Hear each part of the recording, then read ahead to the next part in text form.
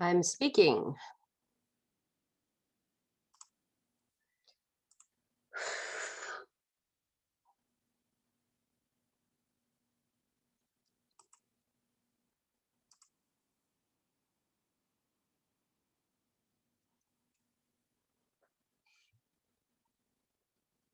Thank you for being so ready for that.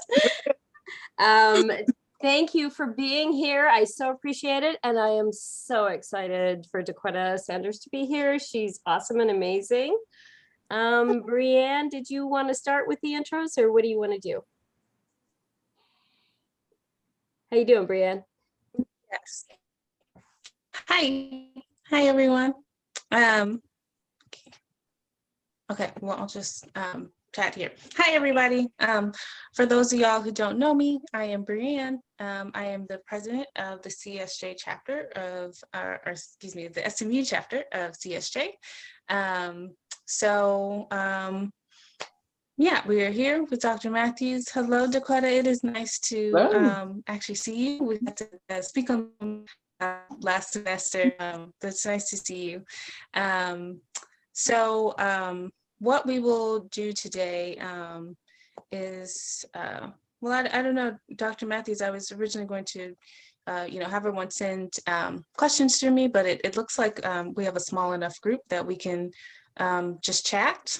Sure. It looks like there's 21 of us there, so you can all choose to type a question in the chat or just raise your hand when it's question and answer time. Abigail, did you have a PowerPoint you wanted to show real quick with the welcome, or is that a Brianne thing? Brianne, did you get those? Okay, just give me a moment here. It's nothing too serious, y'all. We just want to remind you what we're going to be doing. Please, Abigail. Yeah. Take your work seriously. Do I have to mute you, Matthew? Oh, I'm sorry. I'm kidding. Don't mute the hype, man. We love it. So Dequetta, in case you don't know, I teach 2 multicultural classes, and so this is their makeup for snow day.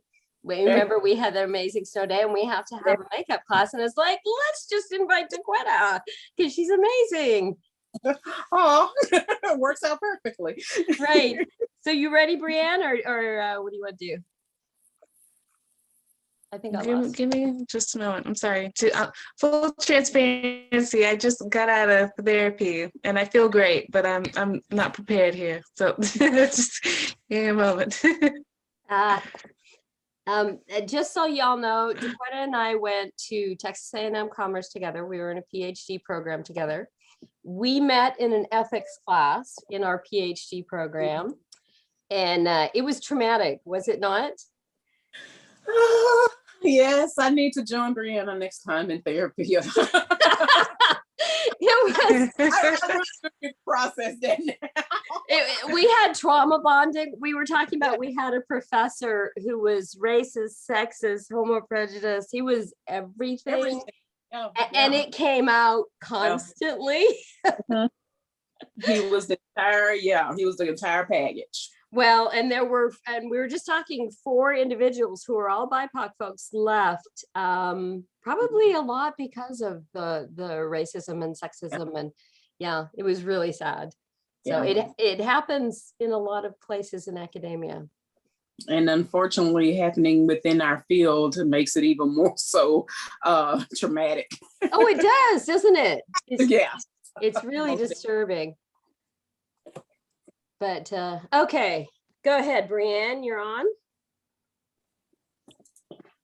Okay, I just want to take a moment to let y'all take the opportunity, since we're here, to let y'all know what CSJ has going on. So we are here and gonna talk to Dequetta. For that, just our info, all our email addresses and our Instagram, they're at CSJ SMU. We have our CSJ email that you are welcome to send, contact us. If you have questions, want to, recommend something that we do, we'd be happy to hear from you. A couple of our ongoing events, Brave Space that CSJ students host on Tuesdays, just come and connect with us. Mindful Mondays, Nicole leads us, and a little bit of mindful meditation, breathing, just to get our week straight before we, hop into the week. And for those of you in, of course, all of you in diversity classes might be especially appealing to you, our advocacy letter writing hour. So earlier this semester, Abigail did a workshop on advocacy letter writing. We also had Jan Fries come who talked about advocacy, and you can check your emails for those links to those recordings to see. But you can come in and write with us, bring an issue. We'll have some issues that we bring, and you're welcome to hop on and to write with us. And then we have a watch and connect night, because we know that community is important, and so we want to connect with everyone. So we'll watch a couple of short videos and just chat and discuss. What I really, really want you to know about is that we will have Dr. Annalise Singh come in a couple of weeks. She'll be on Thursday, April 22nd at 5 p.m. And she's going to talk to us about systemic oppression, and about collective community healing. It'll be another opportunity similar to like how we get to talk to Dequetta today, where we'll get to ask questions and have some dialogue with her. So I invite all of you to join us there. With that, we can, thank you for giving me the opportunity there, Dr. Matthews. We can move on to Dequetta. And Dequetta, I guess I'll allow you to introduce yourself and tell them about all of the many letters behind your name. She has many. She has many. So just quickly, I want you to know Dequetta and I were in a PhD program. I have found her to be very intelligent, very aware of what's going on. She's been doing military counseling. You started at Fort Hood, right? Yes. And then you went to where in Alabama? Fort Rucker? Fort Rucker. And now you're at Fort Polk, and you've been working with military personnel for what, 14 years, 13 years? A little bit prior to that, but for the Department of Defense will be 9 years June. Okay, so and you're an LCDC and an LPC, and you know EMDR, and what else do you know? I'm a licensed LPC in Texas and in Louisiana. My LCDC is in Texas. I am also a certified counselor, National Mental Health Certified Counselor. And I am proficient in EMDR. That's my primary therapy that I love. Is perfect for the military. Say it's perfect for anyone with trauma. Cognitive processing therapy, exposure therapy. I also utilize for chronic pain and for addictions, the cranial electrostimulation, which is it's similar to a TENS unit, but a stimulation to the brain through the earlobes.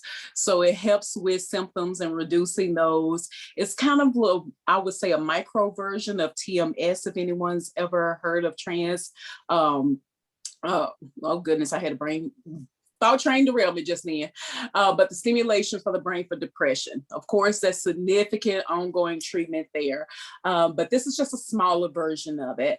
I currently am in the process of getting that program actually established at Fort Polk. So they've never had it, and I will be introducing it there. And I have been working I am what they're considered a GS employee. So I am a full federal employee with the Department of the Army. I have been working there since 2012, when I first started at Fort Hood. I went to Fort Rucker, which is home of Army Aviation, and I'm currently at Fort Polk, which is the main training installation. The training here is focused more around preparing troops if we're ever in a Vietnam era type war. So as you know, that was full of jungles, full of a lot of intensity. If you've seen any of the movies, We Were Soldiers is the primary movie that focuses on Vietnam, where a lot of lives were lost because they just were not ready for that type of battle and that type of terrain. So the training we have here mimics that in the sort. And it's been an interesting experience working for the military. One in particular experience has been the LPC. Now, how many of you are aware of anything or any aspects of military behavioral health? If anyone, you can just throw your hands up. I can see that probably better than, okay. Jean, is that correct? Not behavioral, but I have some, my husband was a flight surgeon at Air Force. Okay. Yeah. So, yeah. Okay. So, Wonderful. yeah, he was at Lackland and McCoy. So, Okay. yeah. Okay. So yeah, I worked with a lot of flight surgeons. They are the ones who allow the soldiers to fly. So in other words, they have to pass rigorous amounts of training, as well as health, as well as behavioral health aspects, in order to fly those wonderful $1,000 aircrafts. One of them, which Cindy already is aware of, I'm totally obsessed with, is the Chinook, CH-47 Chinook. I have Chinooks everywhere. My whole office is filled. My home is practically filled with them. It's a little bit of an obsession. I call it the happy place of Finding Nemo. You know, the starfish had her happy place. So that's my happy place, are the Chinooks. But I actually worked with a lot of flight students, a lot of flight surgeons at Fort Rucker, which is home of Army Aviation. Jean, yes. It's Jen. Jen, sorry. No, you're okay. My background is also in Navy aviation. I did 21 years in the Navy myself, and I worked in victim advocacy, doing family advocacy program. I worked on the case review committee, what used to be called case review committees, and then also SAPR, the sexual assault trauma, both in aviation and in maritime, the riverine units, like what you were talking about in Vietnam, anti-terrorism force protection units. Oh, okay, wonderful. Okay, wonderful experience. Yes, and that as well. My experiences have been I was the sexual assault behavioral health provider at Fort Rucker, and continue to engage in that, as well as being one of the primary trauma therapists. So yeah, definitely. You guys have some awesome experience. Then you'll probably have some great questions. Well, one of the aspects also, and they're probably aware of, is that in military counseling, we are an anomaly. Those of us that are pursuing licensed professional counselors and mental health counselors, we are an anomaly within the military health system. There is a preference towards social workers and clinical psychologists. That continues to be very prevalent today, even with the unfortunate events that have happened at Fort Hood and are happening military-wide with sexual assault as well as suicide rates. And this is also with the VA.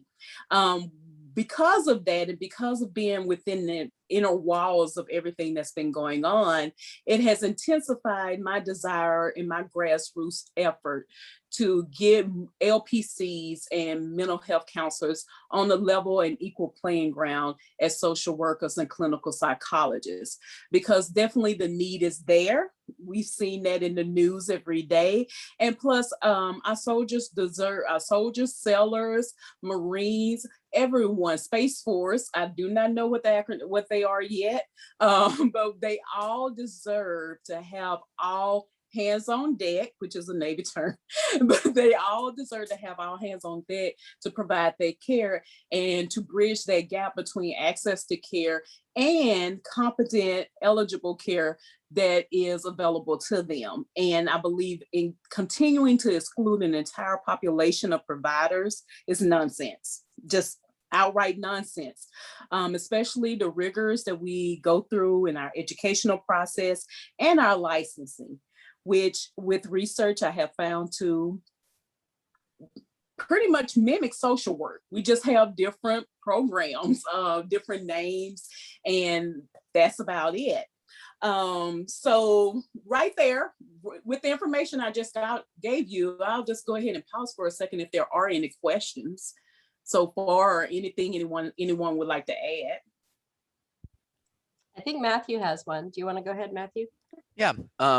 And I'm sure this is jumping the gun a little bit, but my father he's a sales representative for the military for APHIS, and he was at Fort Hood prior to right the week before the shootings, or the shooting that occurred, one of the multiple.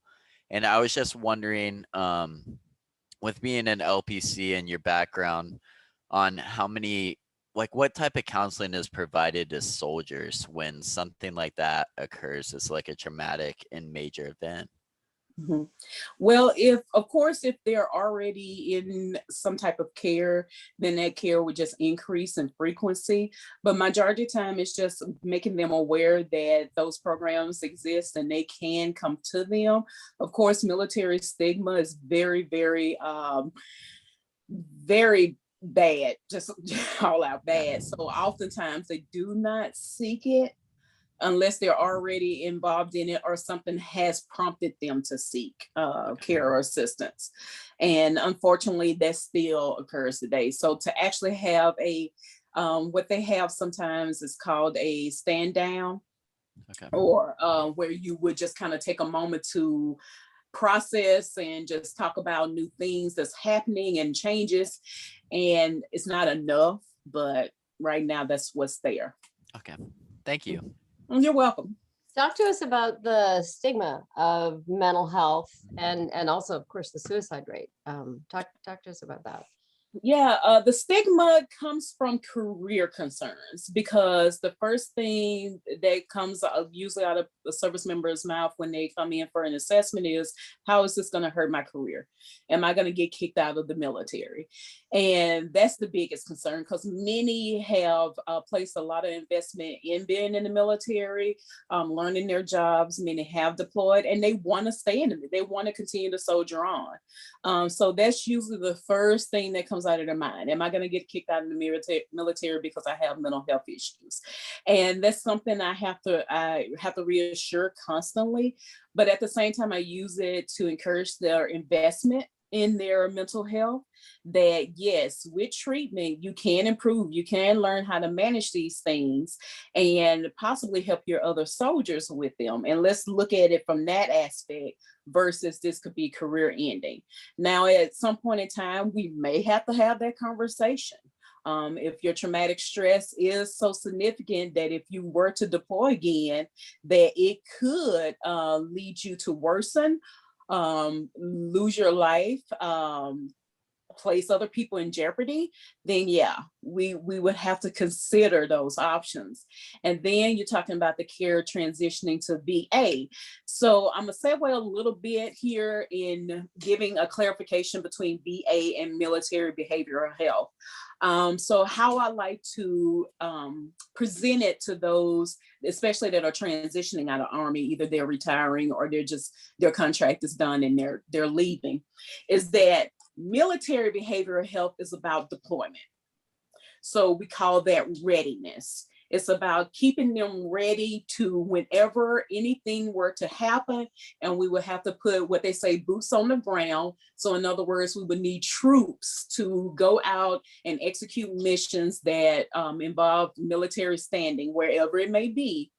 Then we need to have soldiers ready to do that. We need to have Navy, corpsmen, everybody ready to go when necessary. So there is a constant report on that.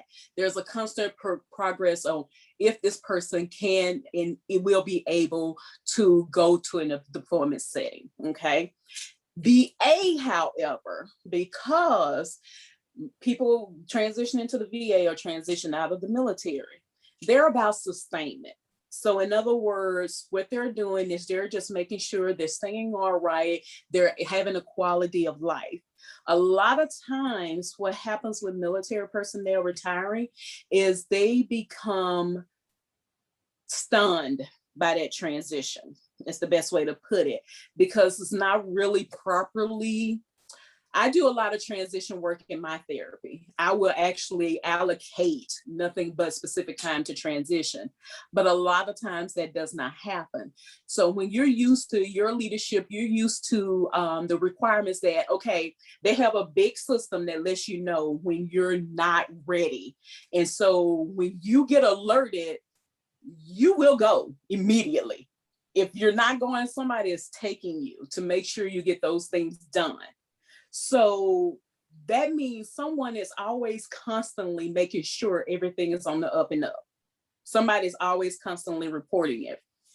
However, in VA, that does not happen.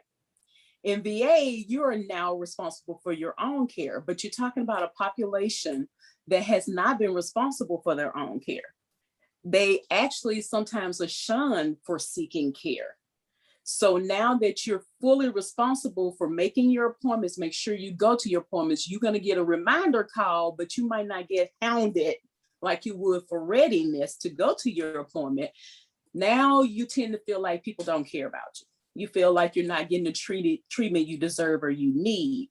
But the difference is VA is transitioning you to being a civilian. Whereas civilians, you know, we have to make an appointment.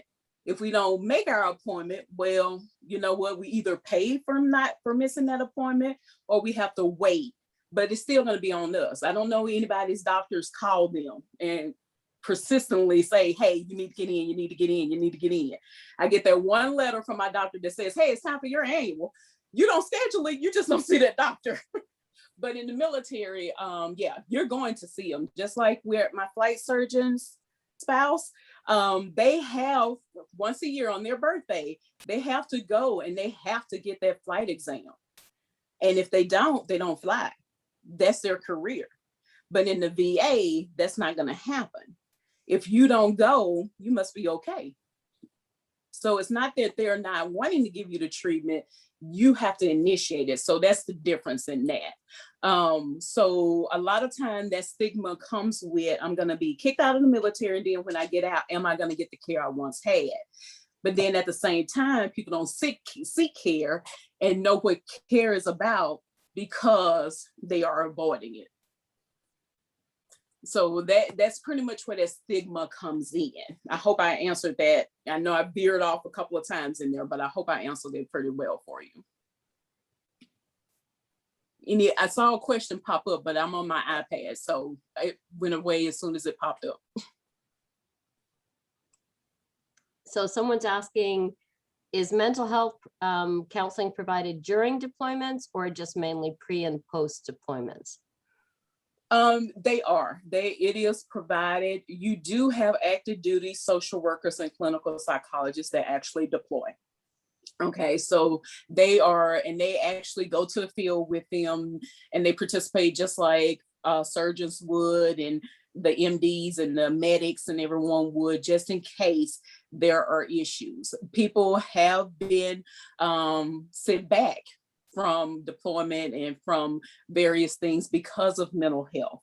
And then it's just like you would when someone has a major injury. They have to come back. There's a certain place they come back to, they get processed, and then from there, everything just kind of comes around them. So yes, they do get treatment throughout. They have it accessible to them.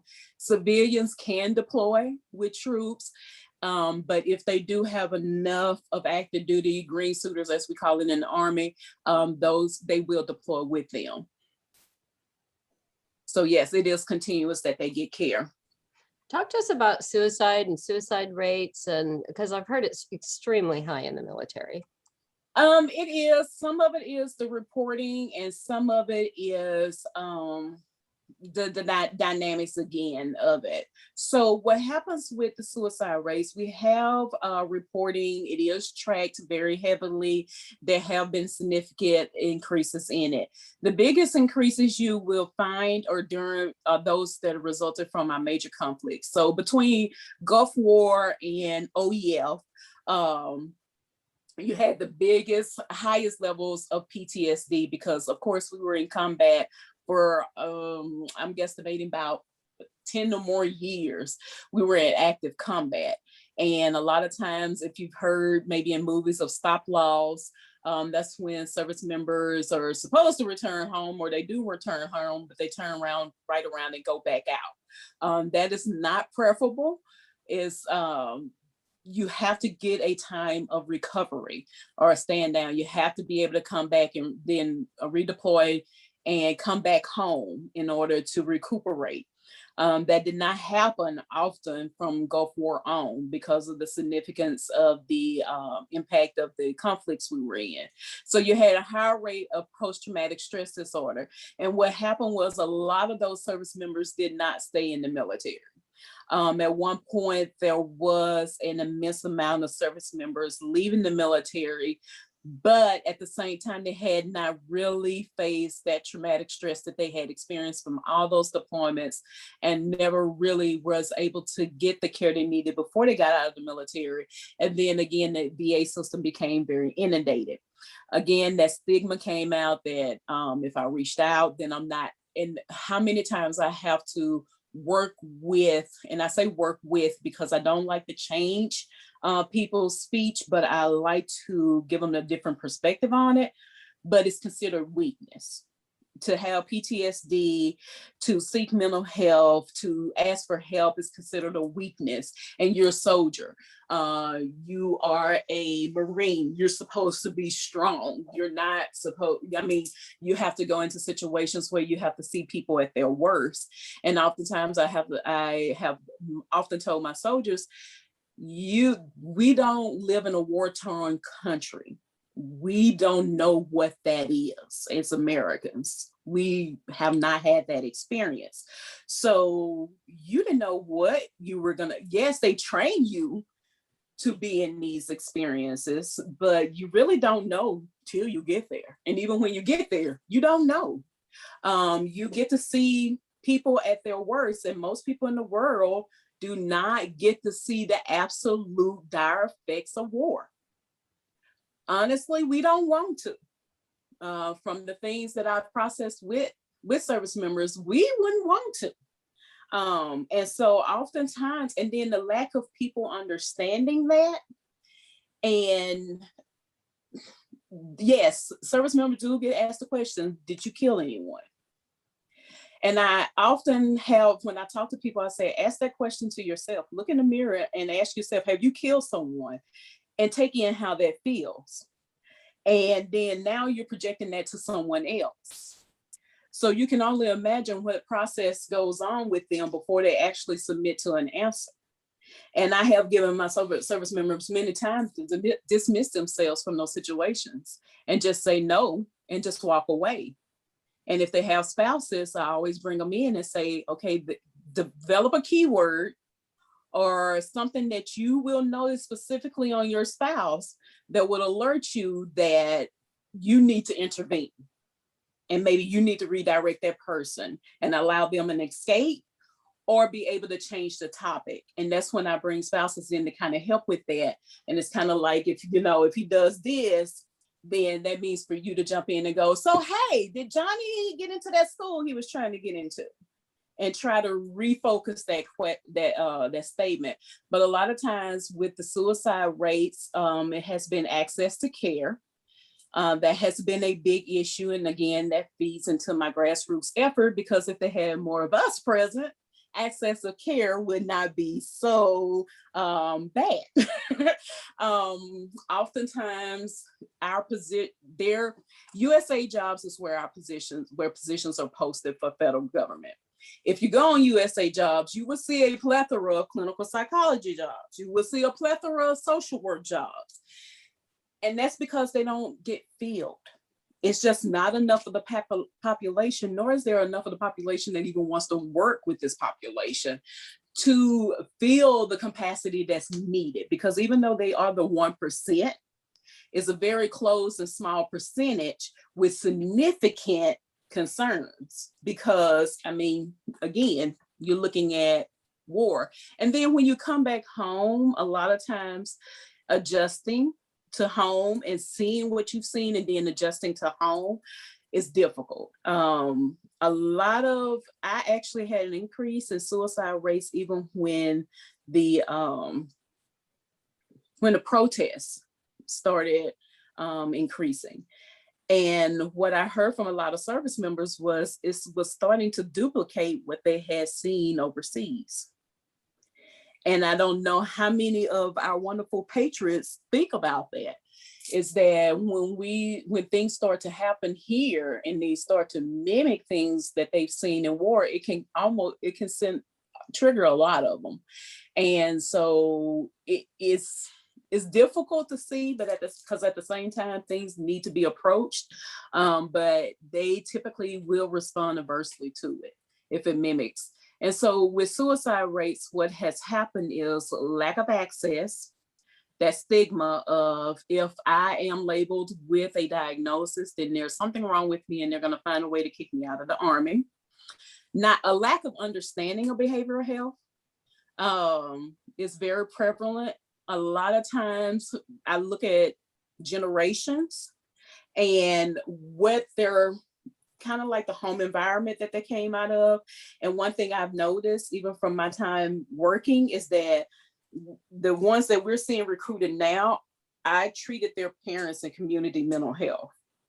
So they never really gained the ability to adapt from their parents. And now that's presenting with them not being able to cope now.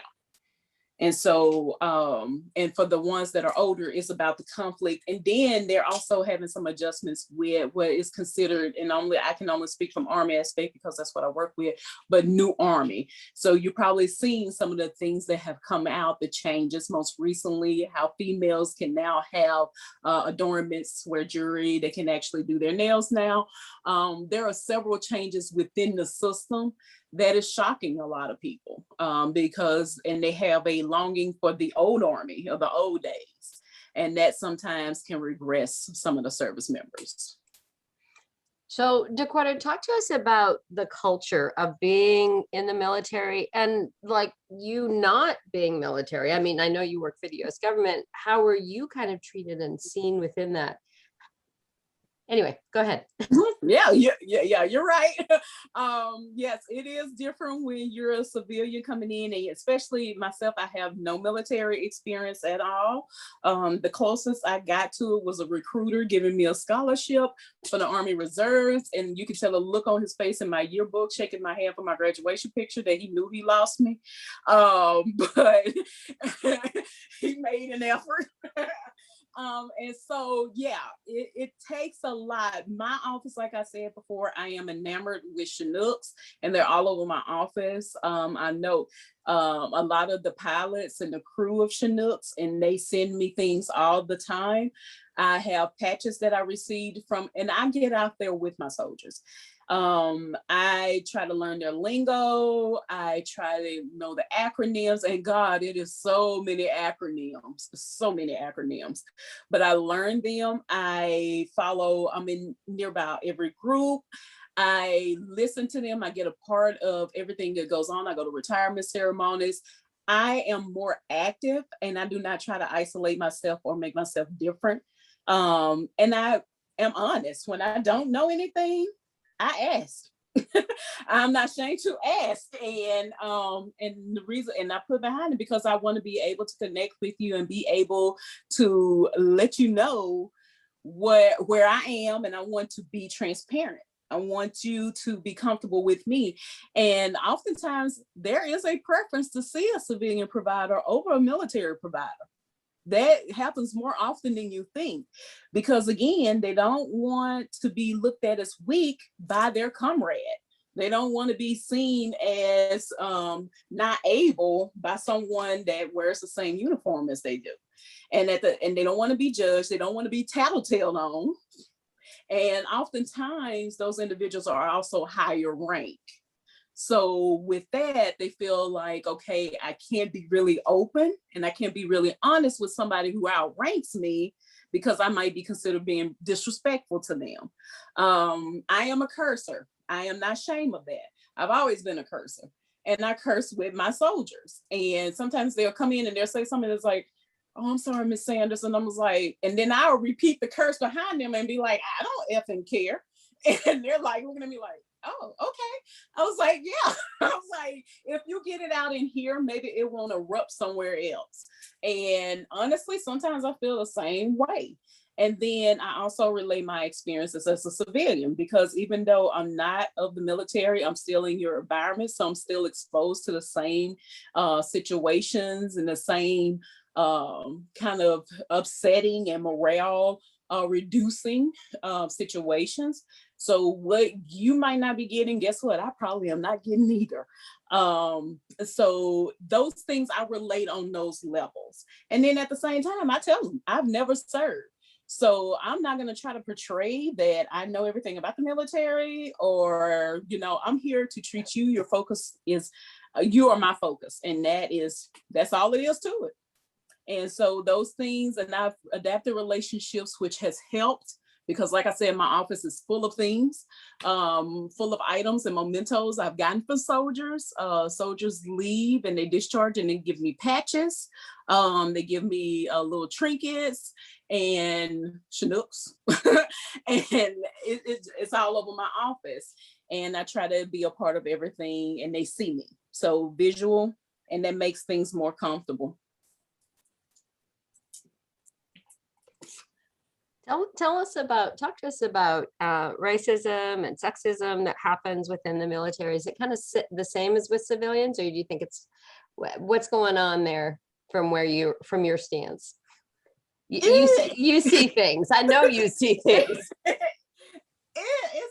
It's an interesting dynamic because you're talking about it's the most diverse, but at the same time least diverse. So you tend to have individuals that's coming from various backgrounds, and they could be from different parts of the country, because yes, we do have soldiers that are from other countries. My co-facilitator is a 68 X-ray, which is the MOS, so military occupational system and he is in behavioral health, which is his assignment, and he's from Russia. So, and he is native Russian, and when he gets out, he's going back to Russia. So it's so diverse, yet at the same time, it's not diverse enough, because as you know, one of the things that has presented itself is renaming the military installations, as many of them are named after Confederate soldiers. And a lot of times my African-American patients, especially within this last year, have had a dual concern with being military and having to keep military bearings, because they cannot side with politics, they cannot protest, they cannot do anything in uniform. Now, there are some leeways, but they pretty much have to keep a closed mouth because they're still working in a very small environment. Again, the 1%. So even though you might go to a different military installation, the likelihood, depending on what field you're in or what MOS you're in, you're going to see these same people again. So you're not going to try to burn bridges. And a lot of times things get unaddressed because you might end up running into that person again. So if you report them and then you're under their leadership again, well, then who knows what could happen. And again, your career is ended. So a lot of times it is disclosed more in a therapy session. I have worked with racist soldiers before, and it was monumental for the both of us and they didn't leave.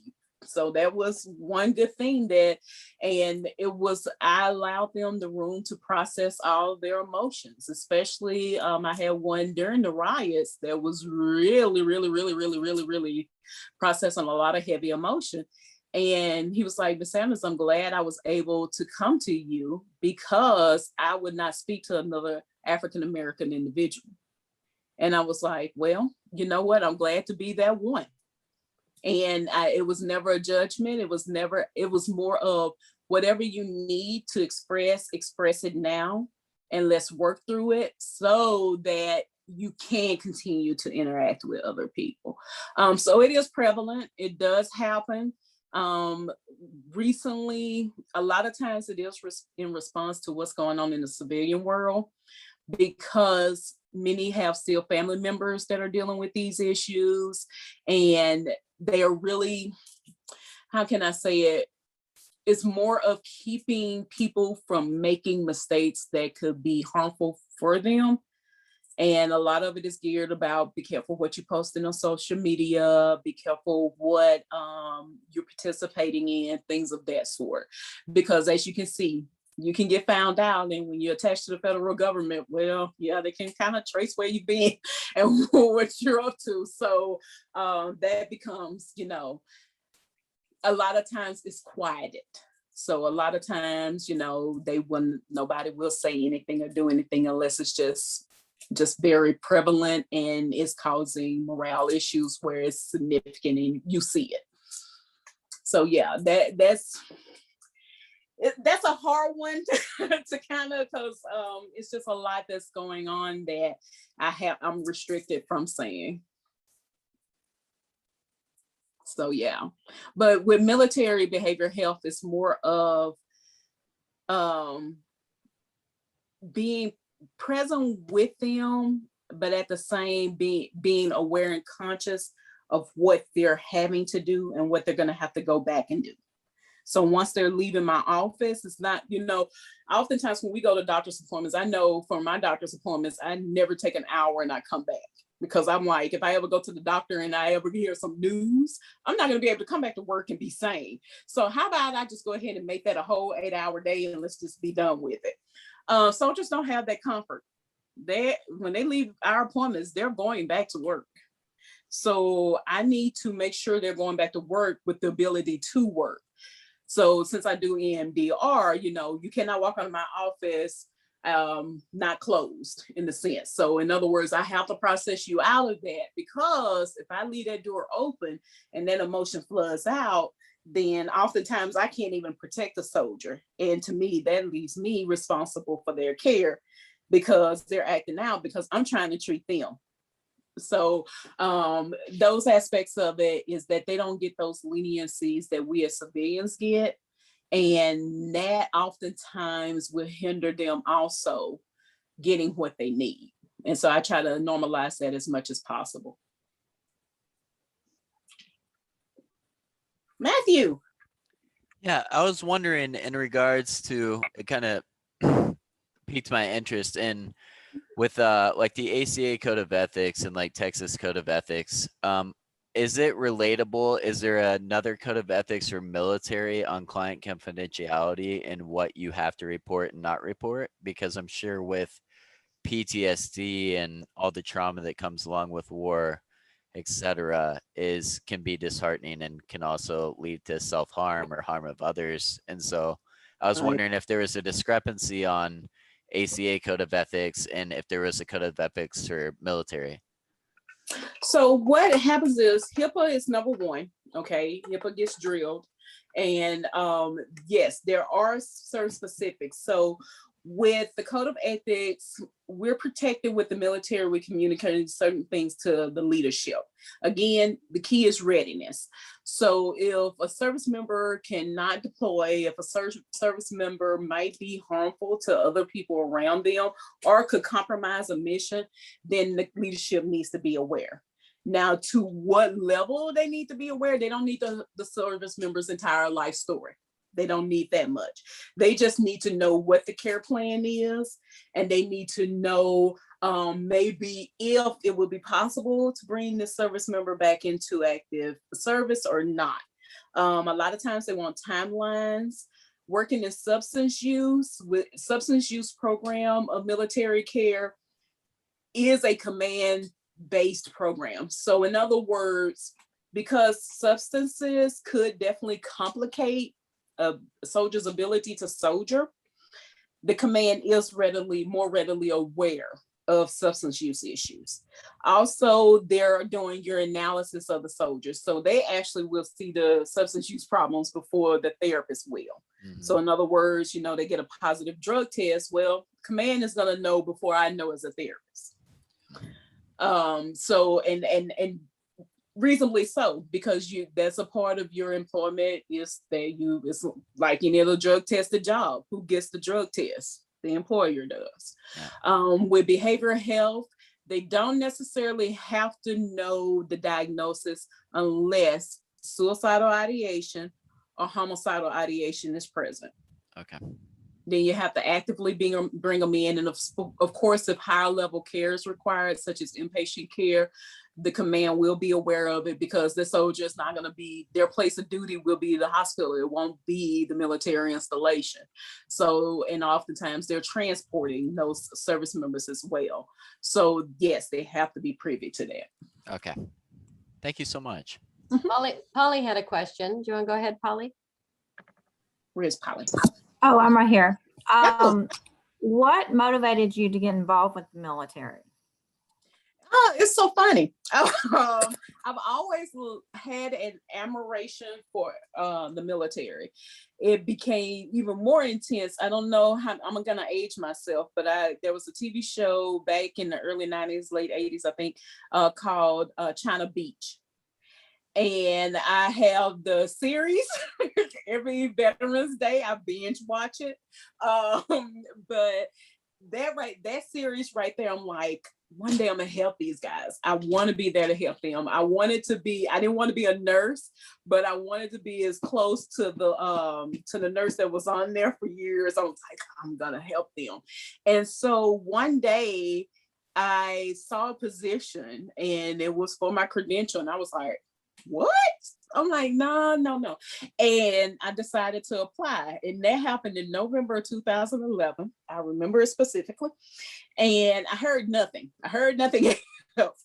And December, my grandfather passed away. In January, I heard something, was asking for some paperwork. And I was like, okay, didn't hear anything else. Then a few months later, I get this email saying, go here and take a urine test.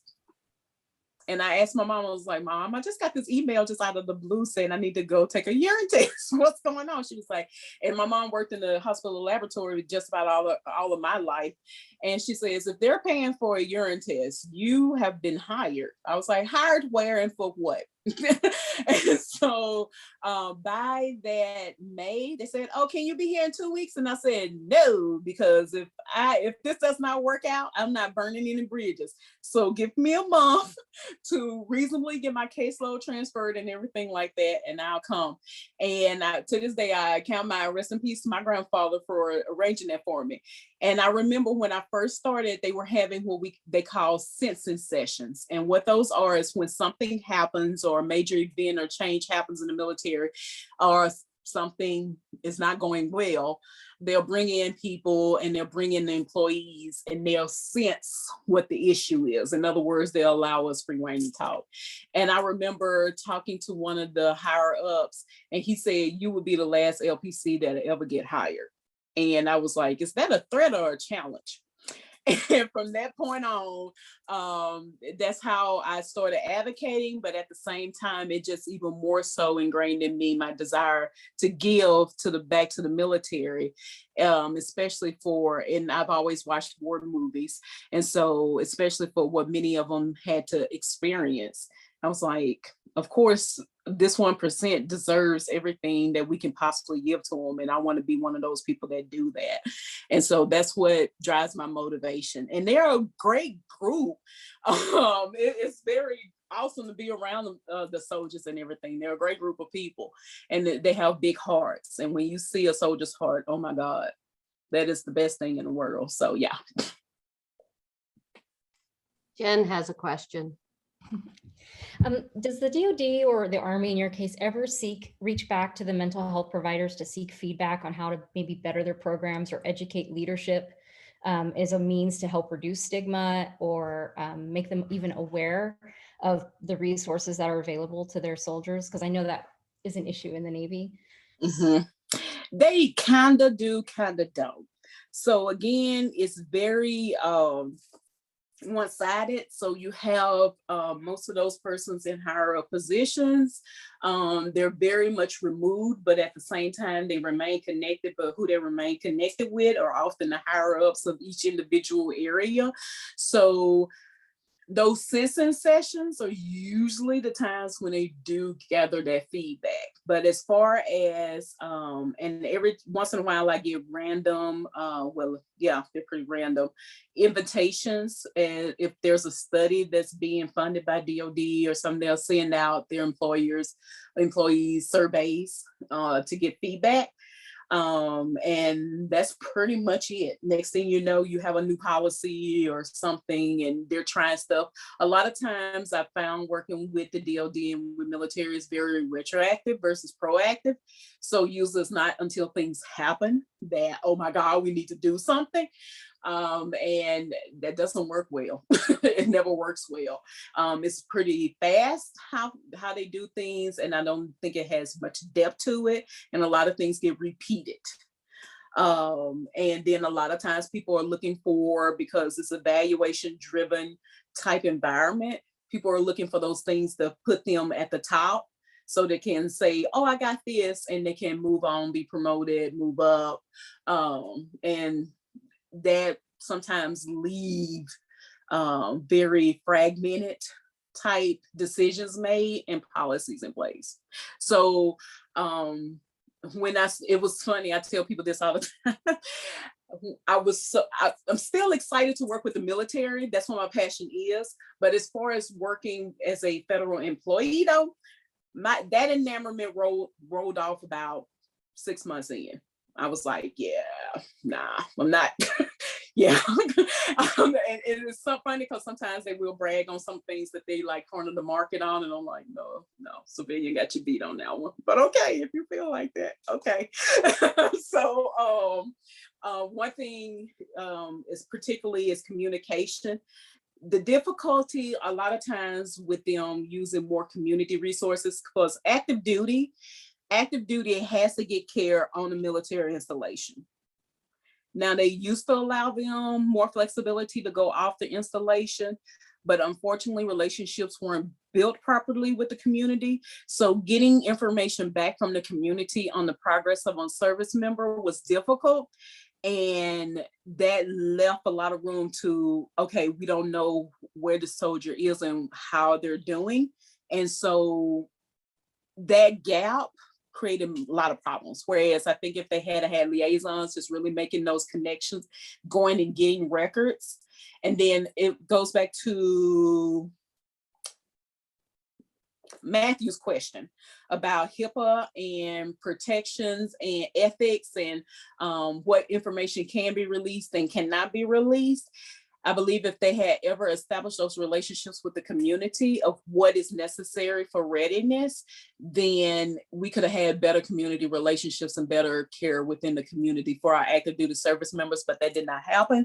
And so what has led to is all the active duty can only get care on the military installation, except for reserve, National Guard and reserves, because they're in the community. And then dependents can, if the resources are available on the installation, they can, but most times they're in the community. So yeah, it just is more of, they are here, they're situated, but those policies sometimes that could help improve the care if they were able to go off post. And we do have some providers that come in that are civilian too, MFLAC, military family life counselors.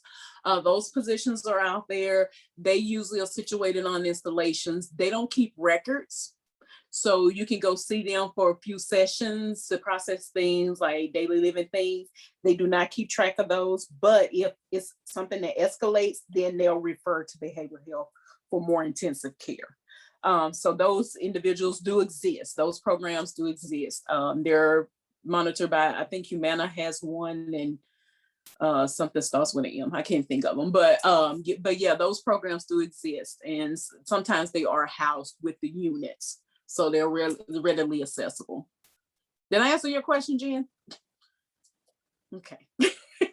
Lucy has a question, and then Cindy. Okay.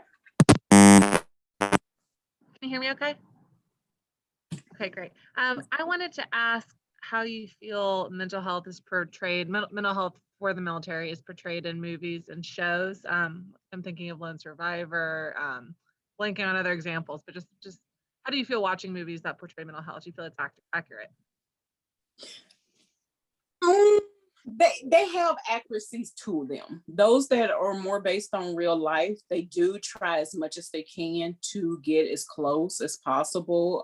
Black Hawk Down has a lot of information in it. Also, American Sniper. I often go with service members so I can kind of get more of their side of what is going on there, and if it's an accurate portrayal. You have to get used to sitting there and them critiquing things throughout the movie. That name tag is right and stuff like that, but you learn a lot from doing that. And there's a lot of accuracy. A lot of times there are books already out, and so about the events, and a lot of that information comes from the books because what is released in the books has already gone through the process of being able to be released information. So if that information is out and open and accessible, then it's pretty accurate. Many military will go and watch military movies. Now, there are some who cannot watch certain movies, and there are some who cannot watch them at all. But majority of the time, you will see a lot of service members in there. I remember on American Sniper, like I said, I always go with service members, and I'm sitting up there, I'm the weird civilian that's sitting up here like, yeah, kill them all. And then at the end, I'm bawling like, oh my God, why you have that? And so it was just like, I was, and they were all looking at me like, what is going on with you? And I'm saying, this, I don't know. I get into it, and then at the end, I'm like, no. But yeah, there's pretty good accuracies in there. And I would say I always go read the book. I try to read the books after, either before or after I see the movies, and it gives a little bit more, just like with anything, it gives you more information. So yeah, it is a good resource if you want to just kind of get a basis of what military life was, but also remember, the conflicts were very different. So you have to look at the time, and then if you can pick somebody's brain, do that. Thank you. Go for it, Cindy. Okay, I think my question and Leah's question is probably similar. Is there since you're encountering so much trauma, is there like a peer support system for you to avoid burnout? For me or for the soldiers? For you. For me, yeah, I have a lot of colleagues from different installations that I tag in with oftentimes on things. I am big on self-care, and I tell my soldiers that. I was like, there are 3 that have compartments of my brain, and every once in a while they'll pop up. I'll say a little prayer and meditate for them, and then I move on. But I will tell my soldiers, I leave you in my office. I do not take you home. I will not take you home. I do not have the capacity to do that. But when you're here, you have all of me. But when you leave, and when I leave this office, you're staying in my office. And so I am a big person, a big advocate of that. My life is, and coincidentally enough, I do actually live on the military installation at Rucker, and here at Polk. I have been blessed with the ability to live on post. And that again gives me a little bit more awareness of the environment because I'm right here in it with them. So when they say they're bored on post, I see why, because they are bored on post, and I'm bored on post too. That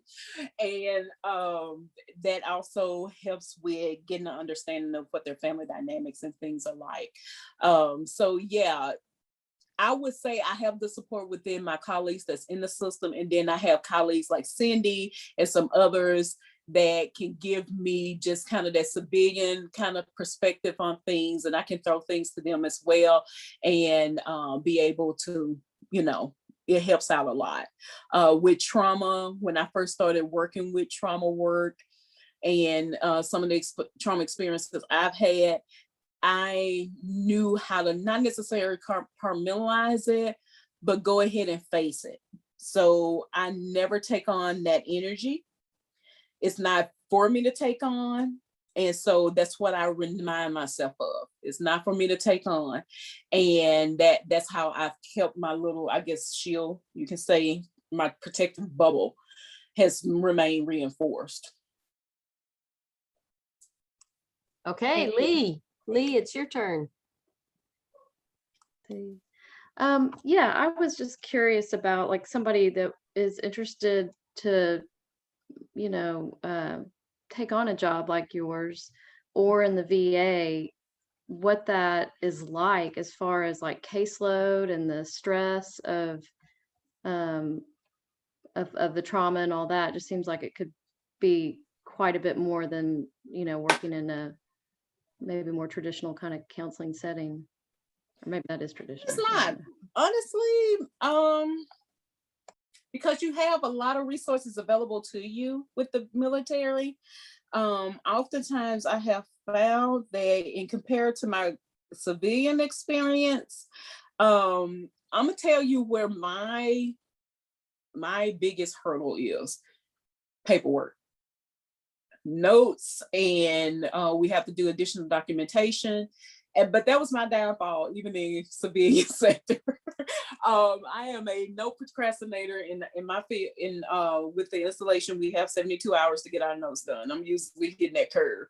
I have been the least busy here, but I really haven't seen much of a difference as far as caseloads, because again, access to care with the military is not where it should be. So of course you will have a big caseload of patients, maneuvering around which ones are high risk and you need to see them more compared to the ones who have significantly improved and you might not have to see them as much, communicating to other people. Your leadership usually has your back in that case. If you need to get people to therapy, you need to find them.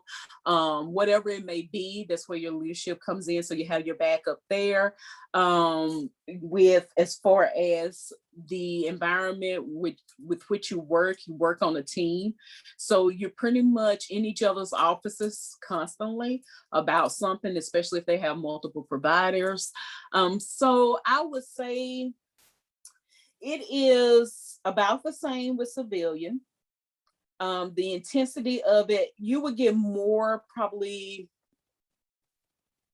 with everyone you would need to communicate with, will probably be the most difficult, because you just have to always keep in mind you need to be probably in touch with the command. You might have we have called family advocacy, which if there's something going on within the family, it's kind of like CPS for the military. You might be involved with them.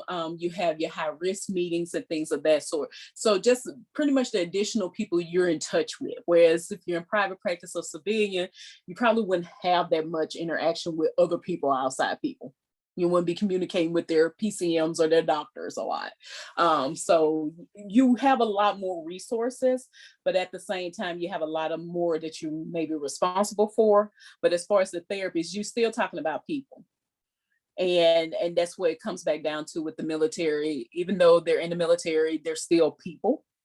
They're still like you and me. And if you come forth with that, I'm caring for someone, versus I'm caring for a soldier, or this is a military environment, then it has a different, it just always places a different viewpoint on it. Jasmine, you had a question. I did. I was wondering about what types of advocacy projects you're involved in order to increase access to mental health care for individuals in the military, and how other people can help. And also just like a side note to that, is your license do you receive reciprocity in all of the states because you work for the military and you're going to be like placed in different military facilities? So your license is applicable anywhere in the US? Thank you. Okay, for segueing into that, Jasmine. Yes, so as far, I'm gonna go ahead and go for the license first. So with the military, with the federal government, you become a federal employee, you get protected federally. So you can, it's like you're working on federal soil.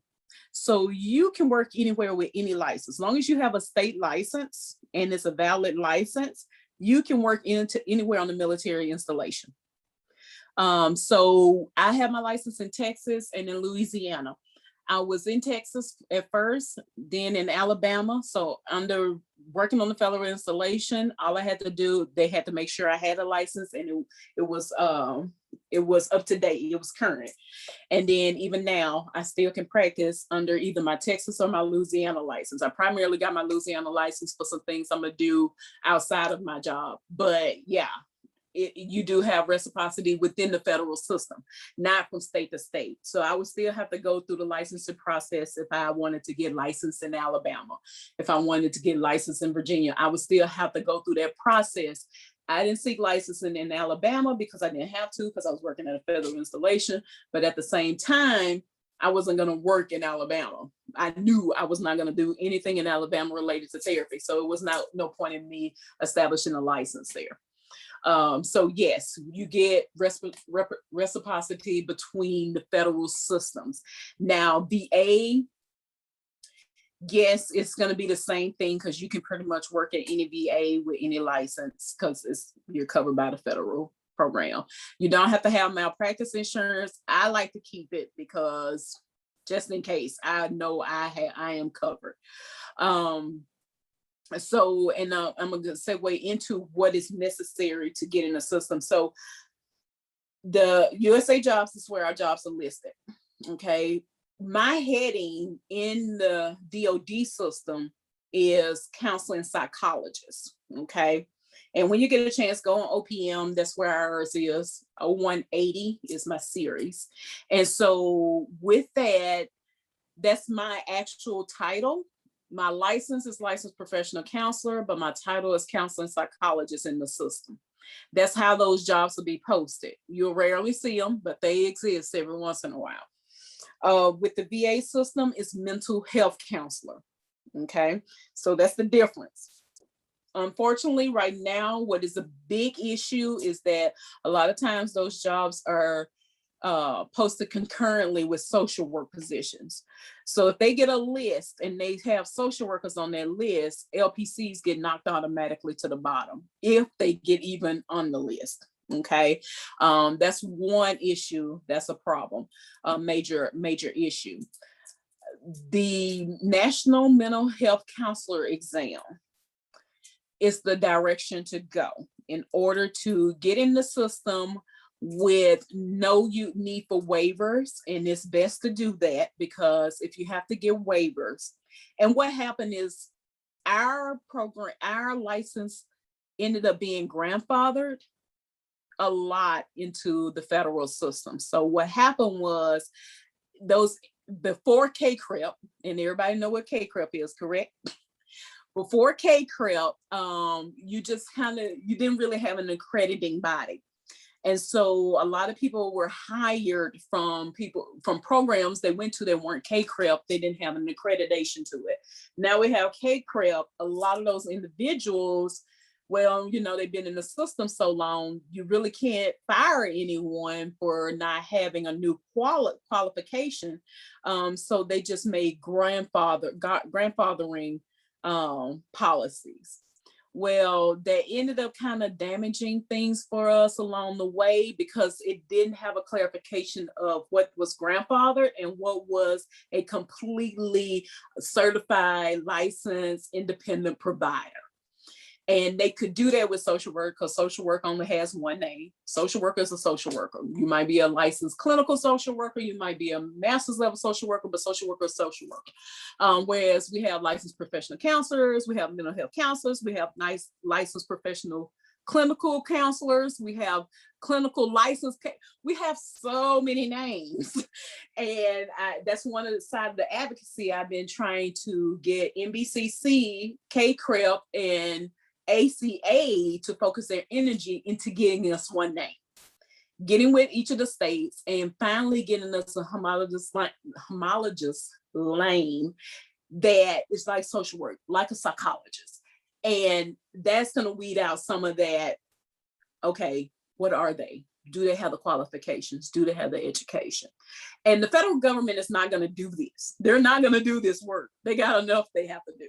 So it's going to be up to our organizations to do that footwork and get it started. One of the things I pushed the NBCC often was for those individuals who did not go to KCREP universities to having a KCREP equivalency certification where people would submit their coursework, get it evaluated to match KCREP, and then certify this person has a KCREP equivalent education and training so that they can go ahead and submit that with their application. Of course, we haven't seen that. It has not happened. But that would take out some of the extra work that the government has to do to decipher our license. And so some of my advocacy is moving towards that direction. The next part of my advocacy, the grassroots effort, and I see you have a letter writing campaign. I might jump in with you on that one because actually I believe this is going to be the time for us to really get involved and do that now. We have a different group of politicians in office that is being faced with nothing but complete social change. And this is the bandwagon we need to grab a hold of to right now, because they're experiencing social change. At the same time, you've had all this to happen in our military installations, and it's an uproar. We have all these shifts and changes, and this is the time to get them. So one of those things, and then if it's okay, Brianna, to be able to say, these are the letters we need to write to some congressmen. I have a lot of research. Senator McCain, loved him, actually was honored to see him lay in, well, not see him, but to be present when he laid in state in the Capitol. I happened to be in Washington at that time. And, but he was one of he and some of different other senators were the main ones who, what's the word? I guess, rejected LPC's presence in military mental health. And it wasn't until every once in a while I go through and I Google search to see what's new and what has come up. And I found that, and it was about 10 senators, and each of them had a letter.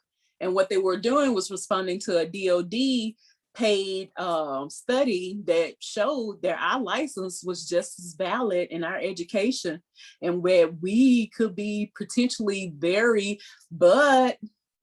helpful to military mental health.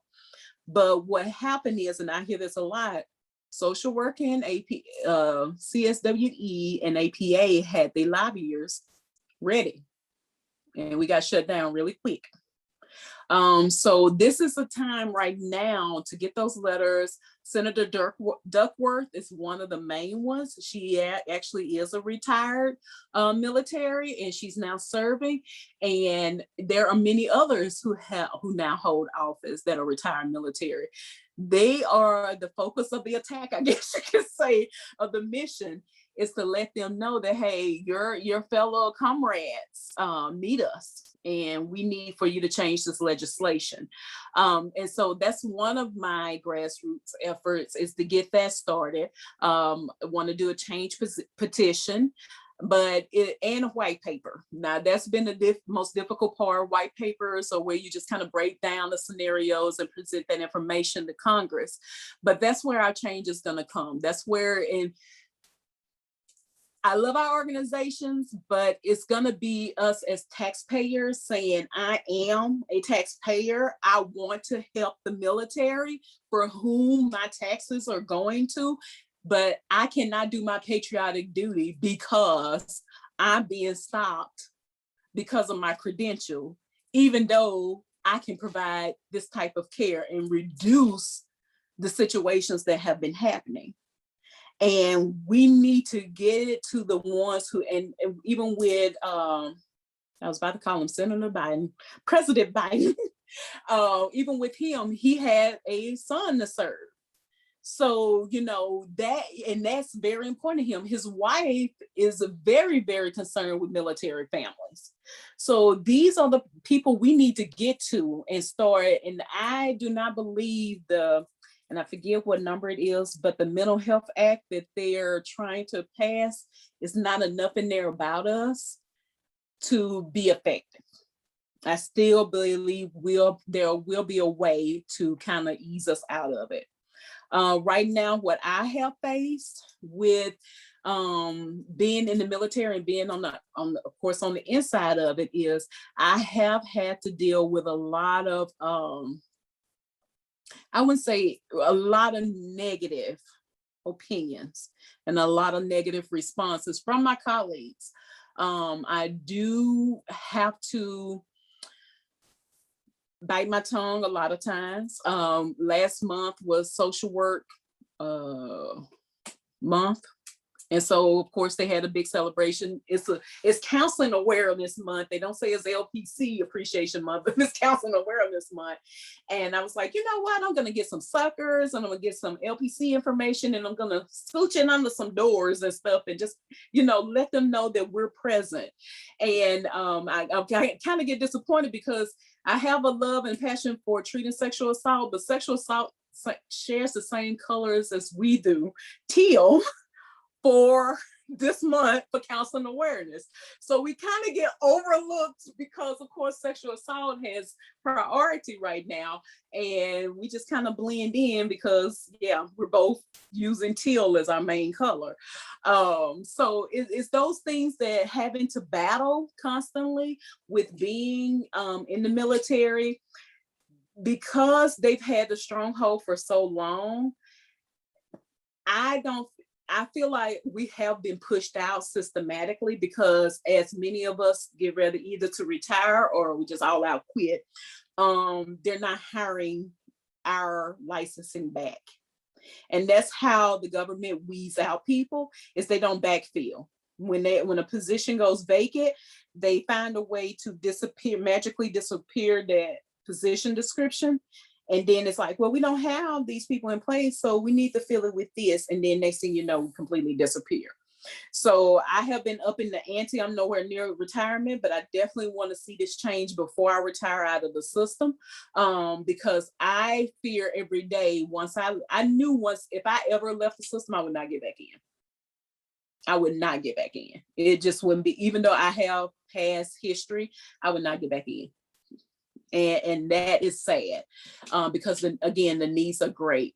So that's where my advocacy has been centered, is on that, because right now we can be considered completely independently certified to provide care. JCO recognizes us. We have JCO reviewers, which gives accreditations to facilities that are LPCs.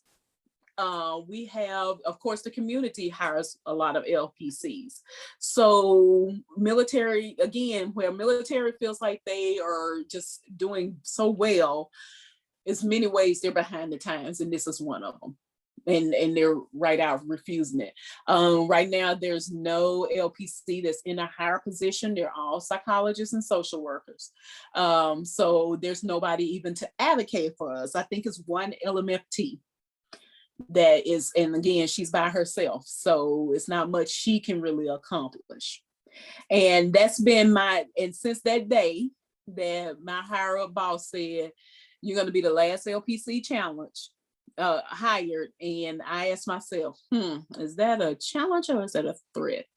I took it as a challenge, and from that day forward, I have been advocating to get us involved in military behavioral health.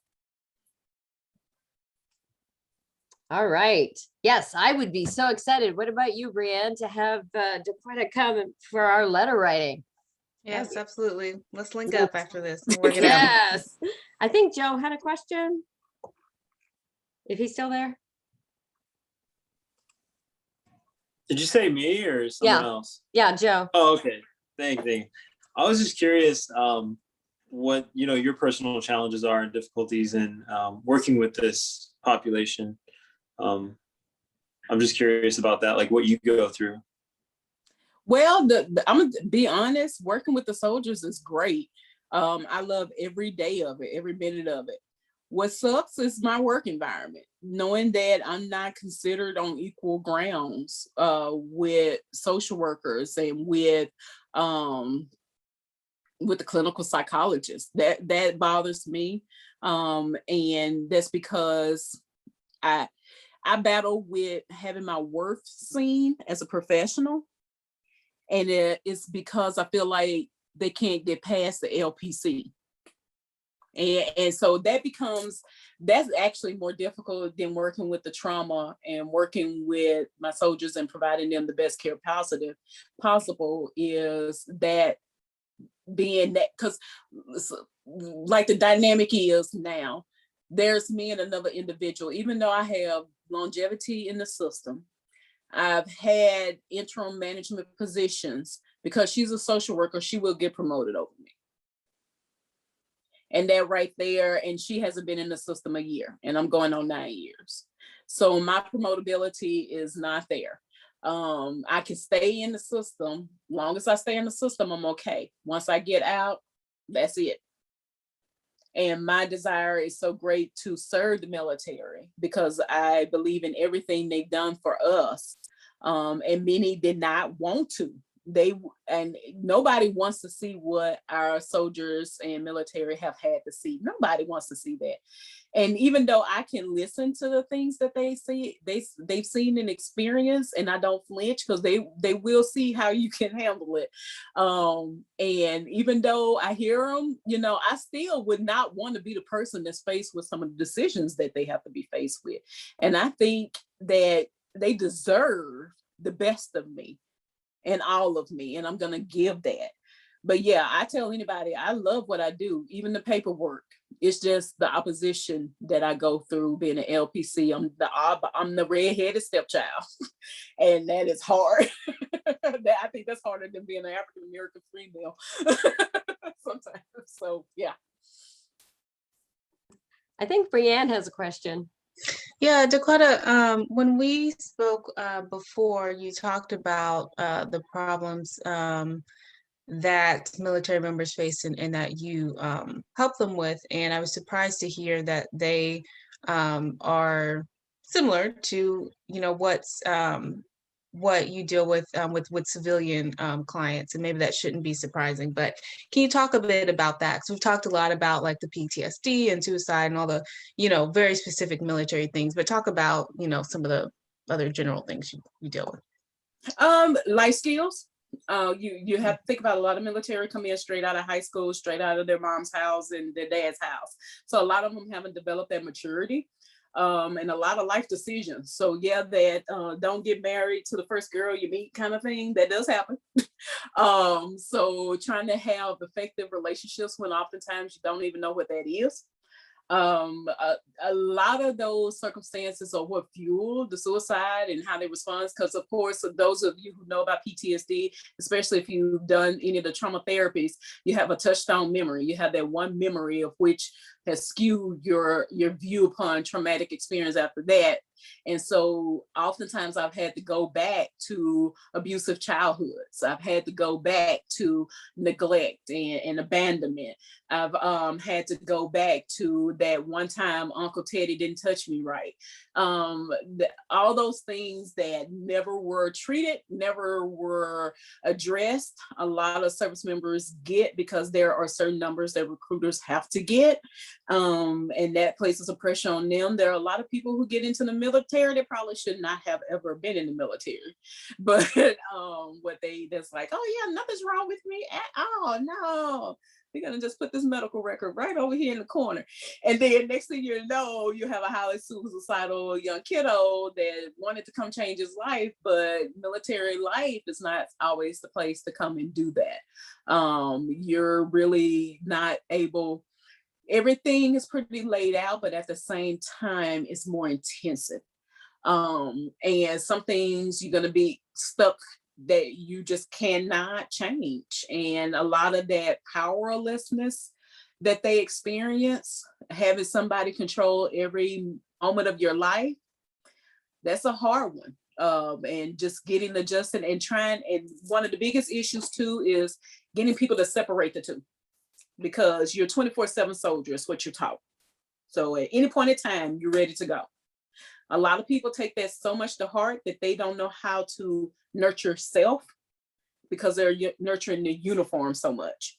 So I am a big advocate of how can we separate the two? When you do have time, when you don't have to be a soldier, what do you do? And one of those main things I tell people all the time, get a separate closet in your house that's far away from everything. That's where all your military stuff go. Everything, put it in there, boots, cap, everything. Don't have your caps. You go drive by sometimes and you see the cap so they don't forget on their dashboard.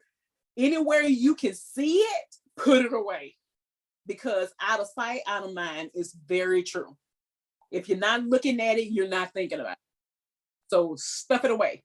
And so that's one of the basic skills that has to be taught to every soldier I meet, from the ones that's been in for 20 to the ones that just came straight out of basic, is how to keep their identity and still be a soldier, because that's what will keep them in a better state and keep them able to deal with things.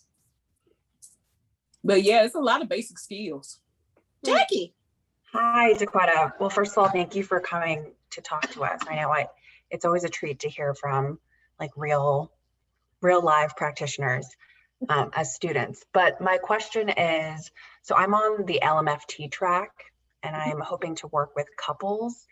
So I guess there are two parts of my question. One, what services are available to partners and family, like behavioral health services are available to active members' family? And then also, so I'm not, I'm planning on seeing civilians, and I'm trying to imagine a situation where maybe I get someone who's transitioning back into being a civilian. And how do you suggest family or partners can best support that process? Well, the first thing with the marriage and family, the programs will be, they do have CAFBIS, which is Child and Family Behavioral Services. A lot of installations do have those programs, and it's for the children, the dependents, so spouses and their children. Family Advocacy is one too, that's a resource for service members and their families. So they can get all those on the installation. As far as transitioning and the family dynamic, what you have there, a lot of times the spouses will move before the service members do. And so if you could get them established in services and then bring the spouse in with them, a lot of times you can actually get more buy-in from the military, the transition in military, from their spouses. So their spouse, and a lot of times I'm like, if your wife is willing to go to therapy, will you go with them? And that does happen. And a lot of times they go to therapy because their wives do tell them. Now, eventually I have to get them to where they're self-motivated, because if you're doing it for somebody else, it's not going to be as invested. But a lot of times that would be a good segue to get them in and get them to address their issues and play off of that, meet them individually as much as you can. And if you can't usher them to their own therapist, that'll be even better. And that I've done that several times with some of my couples therapists. Like, okay, I'm going to get you guys an individual therapy, and we're going to tackle some of the couples issues. Or if somebody comes in individually, I'm like, okay, bring your spouse in. Let me help teach them to help you, and you to teach them how to help you. And then, what about you guys do some individual therapy too, so you can make sure you guys separately are good. So when you're together, you're awesome. So that's how typically I kind of motivate that. With transition, bringing them, and I have my guys, especially those that are very close to getting out, I have them as much as possible get out of their uniform and be in civilian attire, and as much as possible get into the community. So if there's people watching, whatever, I never get anybody to change their dynamics, their protective dynamics, because once you're a military service member, you're always a military service member. Okay. So never try to change that in them. Okay. They have done some good training, and it is in them. It is enmeshed in them. That's okay. Actually, tell you the truth, I tell them all the time, I would rather you still know how to do that, because if stuff do go down, I want you to be ready to, because I'm going to die behind you and start crying like a little girl. So please, yes, be ready. So I never try to stop them from sitting with their back to a wall. I never try to get them to stay in situations that are uncomfortable. I was like I said, have a keyword, have a way to get out of the situation if you need to. And normalizing that is very important for transition. You are different from the rest of the 99%. You have different experiences. We won't get it in the civilian world. I'm just an oddball out. Things don't surprise me as much. So, but everybody out there, no, there's a reason why it's only 1% in the military. Okay, so keep that awareness, and a lot of times that normalizes things, and it helps them because I'm like, I asked them to ask themselves this question: would you want them to know what you know? And a lot of times they're like, you know what, I don't. I was like, okay, then. So be okay with leaving them where they are with their lack of knowledge. And then as a care provider, be okay to ask questions. And ask them, is it okay for you to tell me things? Because a lot of times service members can't tell you a lot. Okay, even with me in the system and with me having some accessibilities to information, there are some things that they will not tell you, and I'm okay with that. I was like, you don't have to tell me the details. There are some that they will tell you. I cannot say anything about that, and it's like, okay, you move on. But you let them know, it's a lot of us have some secrets in the world. There's some stuff I don't need for you to know about me either. that helps bridge that gap. That, guess what, all of us have our secrets, and that's okay. That is okay. You're meant to have that secret because the rest of us cannot handle that secret, but you can. And guess what, you moved into, so not weakness, huh? You are strong because you're able to hold some information that, good Lord, if I knew right now, I would crack. So guess what? Guess how strong that is. See, it's all about how you do the picture, how you wrap the gift. It's all about presentation. Dequetta, you have been amazing. You have answered so many questions. I don't know if everybody got a chance, but thank you. What are your last? Email me anytime. What's your email? I'll put it in the chat here. Okay, here you go, some military lingo for you guys. Delta, Echo, Quebec, Uniform, Echo, Tango, Tango, Alpha. So those are letters, not the words, right? You're following along, Dr. Matthews. I'm a little slow. I'm a daughter of a military man. He was Air Force. I should know that. Got it. Yeah, that was the greatest thing in the world when I was actually able to do that. But here you go. I'll do it, everybody.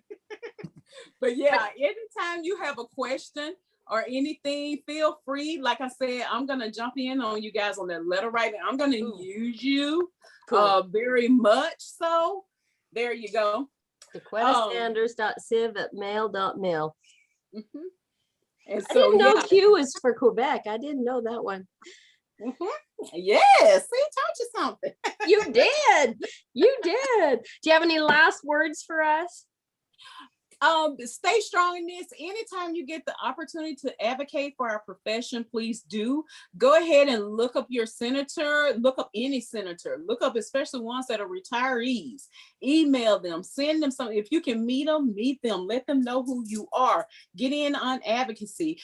Please, please, please tell our organizations they need to do more. And VA is not the only federal program that we can get hired in. There's HHS, Health Sciences. They have the Indian Health Services, DOJ.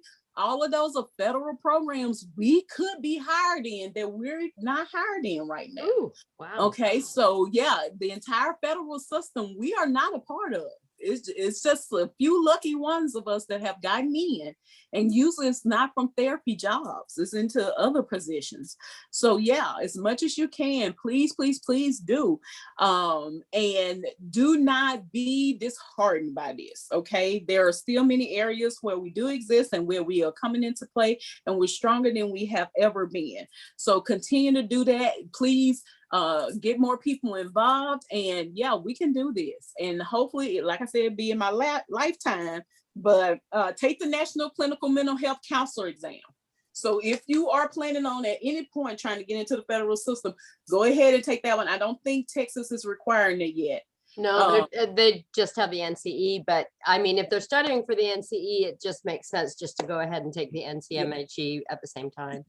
Because what they're going to want to know is if you can diagnose. Okay, so that's what that test pretty much shows, is you're able to diagnose. So take that test and tell as many people as possible to take that test. And if I can help you in any way, you need a reference or something like that, I got you, because I'm trying to get as many of us in there as possible. Okay, so yeah, and try to get into the populations, volunteering programs. There are a lot of programs. Center for Deployment Psychology has civilian training programs, so go get on that.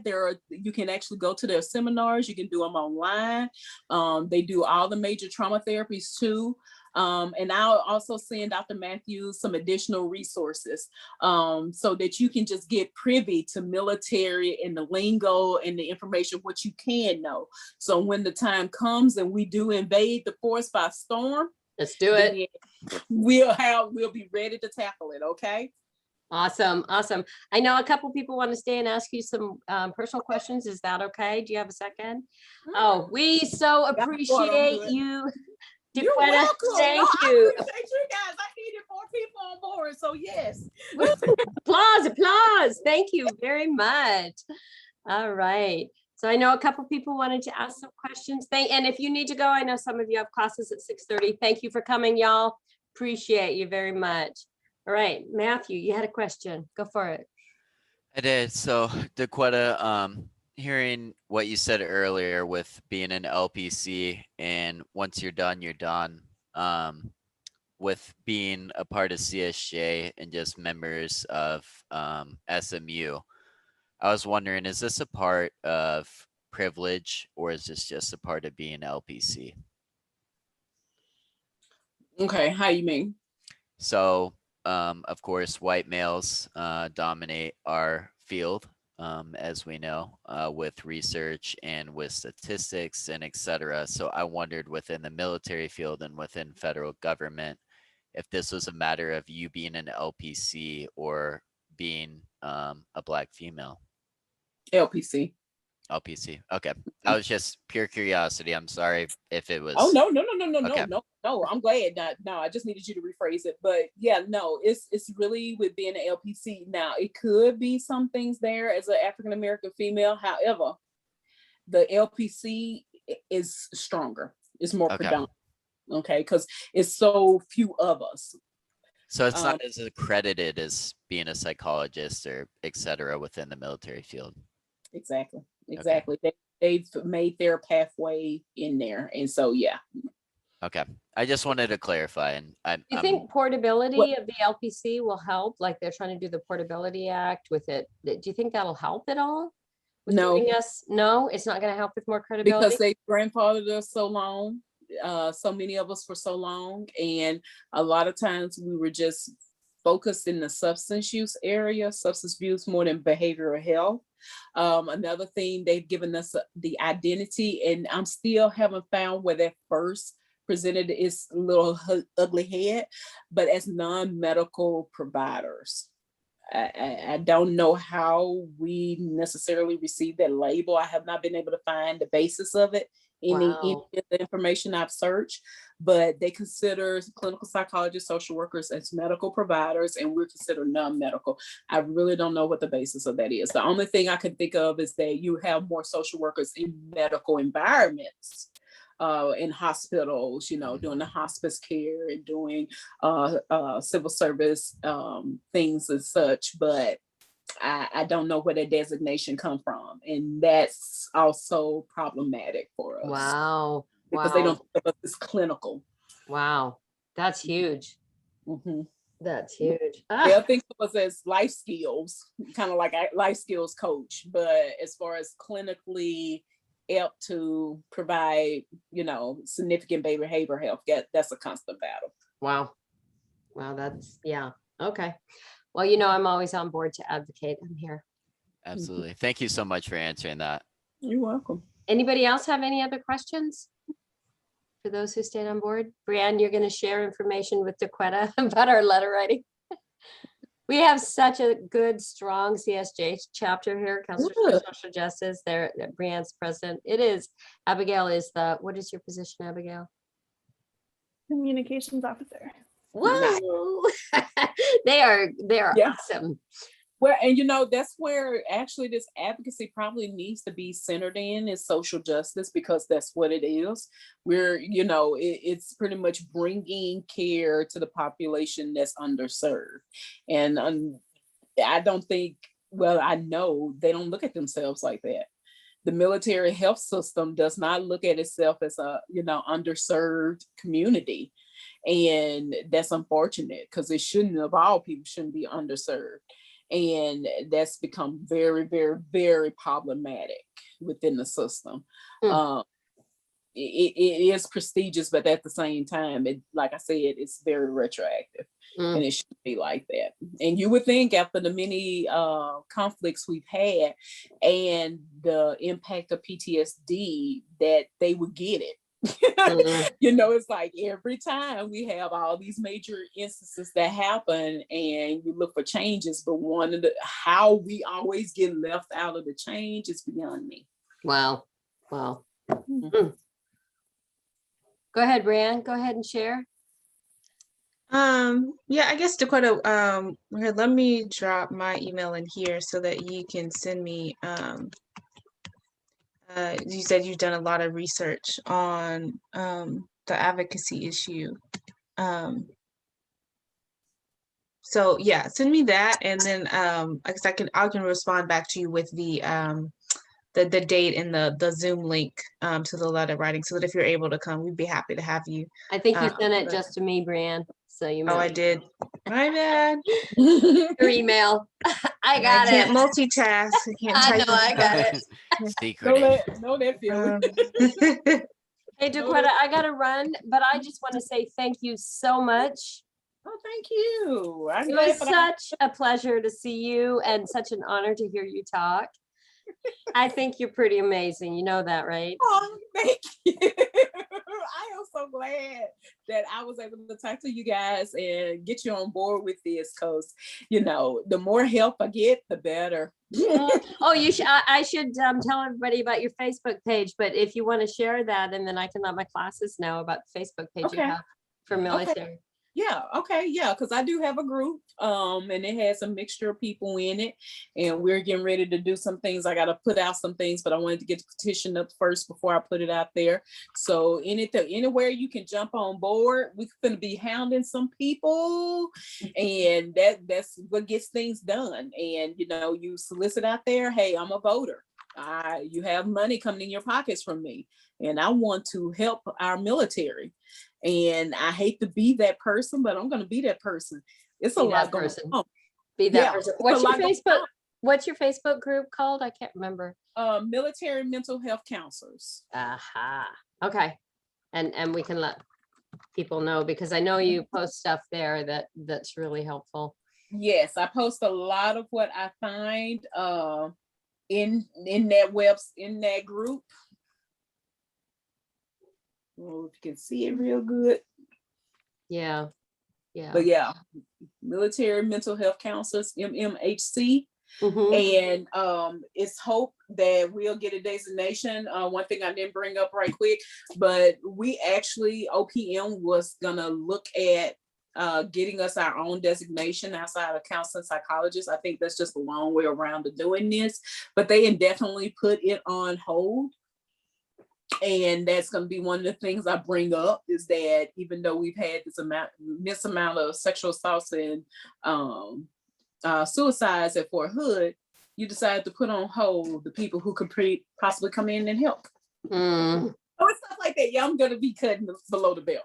Please, let's do it. Let's do it. All right. Well, I got to run. If anybody else, you know, I won't hold anybody else, but thank you. You are amazing. Thank you, guys. Thank you so much, Dequetta. Appreciate you. Thank you, It's lovely to Dequetta. meet you. Bye. Bye. I will be in contact with you because I definitely want to get involved. This is after this. It was with my father. It was definitely an interest of mine to get into this active service. So thank you so much for tonight. Seriously, it meant a lot. Me too. Thanks, Dequetta. All right. Bye, Matthew. Bye.